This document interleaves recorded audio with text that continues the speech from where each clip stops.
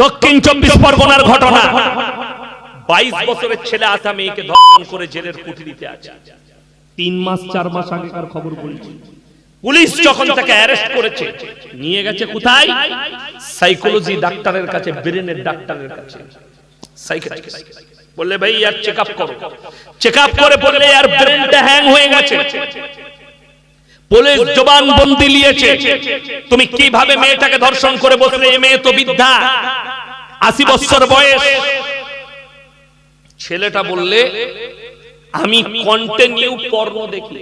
সেই দিনে রাত্রে আমি রাস্তায় বসে পর্নো দেখছিলাম রাতের বেলায়, তখন রাত 2টা বাজে। সেই ভদ্র মহিলা প্রস্রাব করার জন্য বাইরে রাস্তায় বেরিয়েছে, বেচারা প্রস্রাব করতে বসেছে, তাকে জোর জবরদস্তি ধর্ষণ করেছে। কেন? পর্নো দেখলে আমরা বলিনি। আমেরিকা, লন্ডন, ব্রিটেন, জাপান, জার্মানের, চাইনার ডাক্তাররা বলছে, যারা বিশেষজ্ঞ তারা বলছে, যারা অতিরিক্ত পর্নো দেখবে তাদের সবথেকে প্রথম যে রোগটা আসবে, যে মেয়েটাকে দেখবে সে ধর্ষণের চোখে দেখবে। কথা বুঝতে পারেন?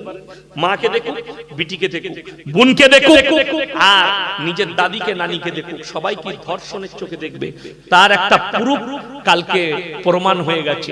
গত 3 দিন আগে উত্তরপ্রদেশ ইউপির ঘটনা।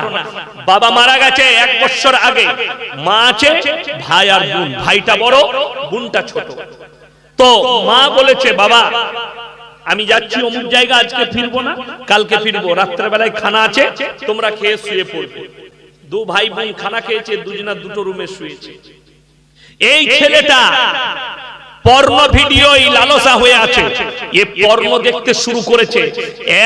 এমন ভাবে ঢুকে গেছে পর্নই, শয়তান তাকে এমন ধোঁকা দিয়েছে, নিজের ওই বোনটাকে ধর্ষণ করেছে।